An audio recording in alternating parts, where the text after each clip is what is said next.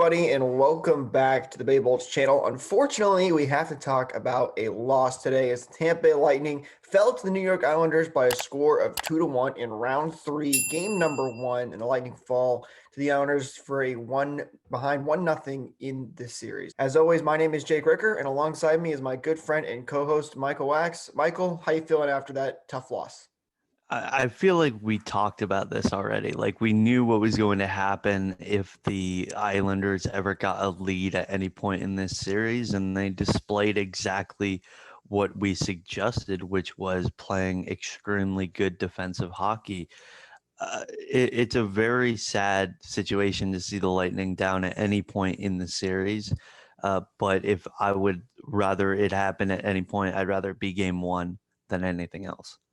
Right, because you win one game in game two, next thing you know, it's right back to even. So this is the first time the Lightning have been down in a series in both these first two rounds. But hey, no one said this was going to be easy. So let's get into breaking down this game, though. We'll go period by period and talk a couple of things at the end. Then we'll wrap up the video. But to start off, first period, Michael, I thought the Lightning looked pretty good in the first period. There were no goals in this period, so it ended up being 0-0 after one. But generally, for the most part, the Lightning were getting opportunities. The Islanders were too, but it was a pretty tightly contested game from both teams, I thought. Yeah, I would say it was a tale of two periods. The Lightning really came out and they really tried to put an end to the rest versus rust debate in the first 10 minutes. They did a really good job at making sure that they were getting those slot opportunities. Were not crisp on their passes at all. I think that was the main thing. Even in those minutes that they dominated, they were not crisp at all. And ultimately, the Islanders ended up taking advantage. They took away the middle of the ice in the offensive end for the Lightning, and then in the defensive end, they ended up getting a ton of odd man rush opportunities, whether it was in the first or the second period. Andre Vasilevsky had to be big at the end of that period, and the shots were close to even, but you could see that the tide was turning at the end of the first period. Now, there were a lot of penalties in that first period, and they were almost all against the Lightning. We had matching minors to start off for roughing, which was a pretty quick hook on that. The refs did not want these games to get out of hand. That happened very early in the game. Then McDonough was called for tripping in the game. Lightning did very good job on the penalty kill in this game. They were a perfect 3 for 3, so good job on them on shutting down the Islanders. Power play. But then, the Lightning take a roughing call too, which, man, that was a questionable call to me. Goodrow kind of just pulled the Islanders player's jersey and they called it on roughing because they weren't having none of it, these referees. But, despite killing off all the penalties, Michael, I thought this was a problem again because we said in our keys to the series, in our preview, which I'll link up in the top right if you haven't seen yet, I highly do recommend you go check that out. We said don't take penalties, and they were taking a lot of penalties, especially in this first period that I felt were avoidable. They were avoidable to a certain extent, and I really don't want to seem like the like the refs were the main cause of the Lightning losing, Well, they definitely were. but They but definitely they were. weren't. The Lightning had probably their worst game since the first game of that sweep in 2019, where they played really well and then they ended up not playing well for the rest of the game, which had a mirror image to this one. The referees in the third round of the playoffs are Francis Saran, Gord Dwyer, Eric Furlat, Chris Lee, Wes McCauley, Dan O'Rourke, Francois St. Laurent, and Kelly Sutherland. Jake, I know most of those names. And that's not a good thing. Like, they were not good in this game. And I want to stress again, they were not the reason that the Lightning lost this game. The penalties were 3-2. I'm not asking for even up calls, but you are testing fate when you put out these horrible referees to try and game manage. The Lightning will gladly, or I should say, the Islanders will gladly take a Barclay Goodrow, Matt Martin, put them both in the box because Matt Martin is significantly less good than Barclay Goodrow. He's effective, but he's not as good. So ultimately, it got I guess, better as the game went on. I do not want to hear about the New York Saints thing that they were talking about during the second round, and they have carried as a mantra into the third round because it's kind of ridiculous at this point. I'm not going to lie. Well, let's go into the second period where things started to pick up a little bit, at least for one team, as the New York Islanders would score their first goal. In the tail of this period, I felt Michael was turnovers. There was some in the first period, there was a lot in the second period, and there were some in the third as well.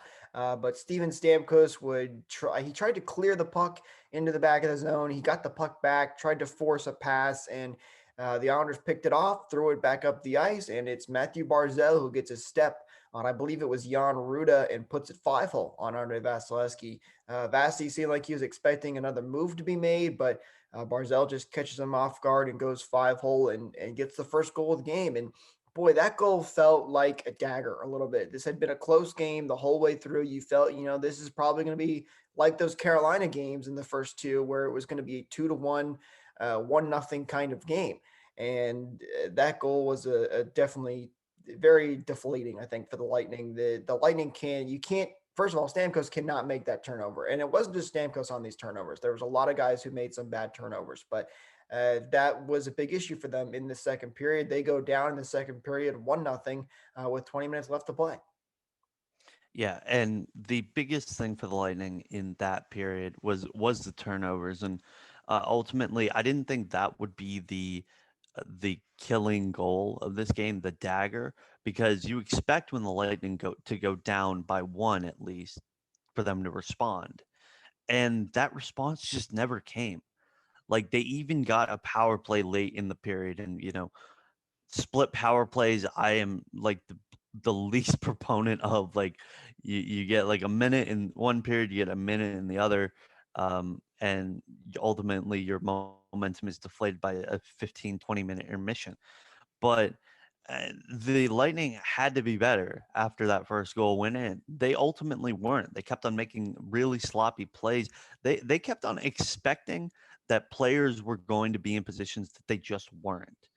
Culprit number one of this was Mikhail Sergachev.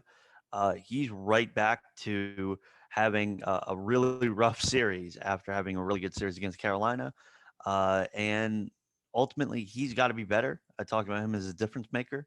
If he's rolling, that gives less of a shine onto Ryan McDonough and Victor Hedman. They have to do less, which, by the way, Victor Hedman overall probably one of his worst games of the year. Like he was not good. He was making sloppy plays. The puck was rolling on everybody today, but it seemed to be rolling specifically on Victor Hedman and Mikhail Sergachev. So hopefully that those two can be better in the next game. Ultimately, they have to be better if the Lightning want to win the next game. Well, going into the third period, the Lightning had 20 minutes to try and tie this game up, but unfortunately for the Lightning, it was more New York Islanders' success. They did a good, and credit to the New York Islanders, they played a very good game in game one here. They shut the Lightning down, took away their quality chances, took away some of their top lines, which is what they did against the Boston Bruins and the Pittsburgh Penguins. It's the reason why they're here in round three. But the Islanders then get a goal in the third period from Ryan Pulak, who just this is one I think Vasi definitely wants to have back. It was a slap shot from the point. Vasi could see it all the way, and it just sneaks right by him and goes into the net. So it's a 2-0 lead. And that was a killer goal right there because you're thinking, all right, 1-0, they can come back easily and just all he needs one to tie game again. But that 2-0 goal, it proves very deadly as it would ultimately be their demise as the Lightning do get one later in the game on a 6-on-5. They pull Vasilevsky. They were getting and to the Lightning's credit, they did get some very good opportunities. And Varlamov for the Islanders was outstanding in this game, made 30 saves in this one, did very good job. So credit to him as well. But the Lightning do ultimately get one with I think it was 6-on-4 actually, because the Islanders will pick up a penalty late in that period. It's Braden Point who's continued his success. He's had a goal in almost every game, it seems like, as of late. I think he is on a goal scoring streak as of right now. But nonetheless, it's 2-1 late in the game. Lightning take a timeout. They get a couple more opportunities, but they can't get another one to the back of the net, and they fall 2-1 and now are down 1-0 in this series. But just a disappointing, frustrating game. I think this is obviously by no means the sky is falling at any point here for the Lightning, but there's definitely some things they got to work on to make sure if they want to get back in this series quickly. Yeah, absolutely. Number one is turnovers. They really, really struggled with that. That probably was again their worst game since 2019 in that series that we don't like to mention. Ultimately, the second thing was they didn't generate enough slot opportunities. Like they were trying to implement their game plan on the Islanders, but while doing so, they fell right into the Islanders' game plan, which was to push them to the outside, make sure that their shots are either coming from the blue line or along the boards, and not getting anything out in front. And when they do, the Islanders clogged up the middle of the ice. Like the Lightning need to play more behind the net, I think. That is going to be their winning formula in game two. We saw it a little bit with the fourth line, which I thought had a decent game. They were probably the best overall line for the Lightning. They were generating some opportunities. Ross Colton was behind the net. Pat Maroon and Tyler Johnson were in front, and those passes didn't connect. But if they do, that's a great A opportunity. And Simeon Varlamov isn't going to stop all of them. So at the end of the day, the Lightning play one of their worst games we've seen in a long time. It was a 2-0 game disguised as the 2-1 game because of the 6-on-4 goal. So it was only a 2-goal game. A couple of those bounces go a different way. We're talking about the Lightning being up one in this series rather than down one. But that just makes game two a lot more imperative to take because if you go down 2-0 into the Roshes Barclays Center, then or Nassau, they're playing at Nassau right now, then you're gonna experience a lot of problems. So they have to win game two. I have no doubt in my mind that they're going to pick it back up. They're a fantastic team after a loss, but ultimately they got killed by a couple of things that they really need to fix. The Lightning last year were undefeated after a loss. Also, a big reason why they won the Stanley Cup. So far this year, they are undefeated after a loss. And these guys, like you said, are really good at making adjustments. They said it even after the game themselves. Stamkos specifically was tough on himself, saying he's got to be better, especially on that turnover. So, these guys are going to come out flying in game number two, which is why I'm not really worried whatsoever. And it's only one game this is going to happen. But you're right. You don't want to go down 2-0. We saw what the Lightning did to their previous two opponents when they were able to go up 2-0 when on the road. So that is something you definitely want to avoid. Another interesting fact, though, for the Lightning this round, they have lost every first home game in these series. Now, this time the Lightning started this series at home instead of starting on the road. But they have lost at home every single time, just when they came over the first time in the round, which is interesting and kind of odd. The Lightning are actually only have one loss when it comes to road games. They have more losses at home than they do on the road, which is it's just kind of bizarre to me. But nonetheless, that could be good news for Lightning fans because if the Bolts are able to even the series up at one and maybe even still two back in New York, which would be huge, you're right back in this thing. One win, you're right back in it. So no reason to panic just quite yet. Tough game, but I'm sure the Lightning will bounce back. That game will be tomorrow by the time you're watching this at 8 p.m. Again at Amalie Arena. Then we're heading back to New York after that. But Michael, anything else to add before we wrap up this video? Yeah, one other big problem that I forgot to say earlier, the face-off circle.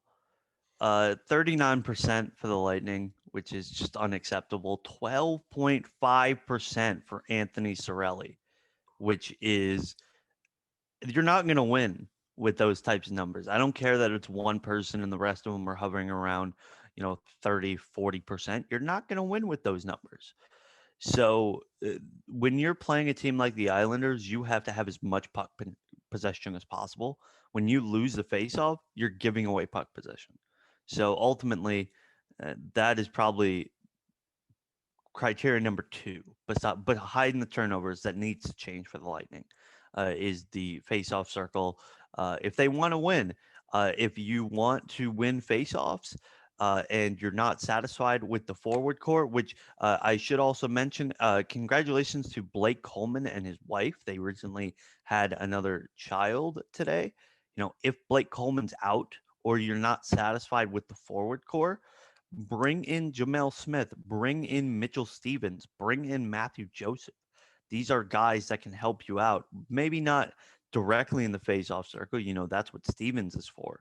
But Smith and Joseph can really bring the pain for the Islanders. Like that's one thing that I would be really shocked that if the Lightning had to make a change, it wouldn't be someone like Smith or Joseph.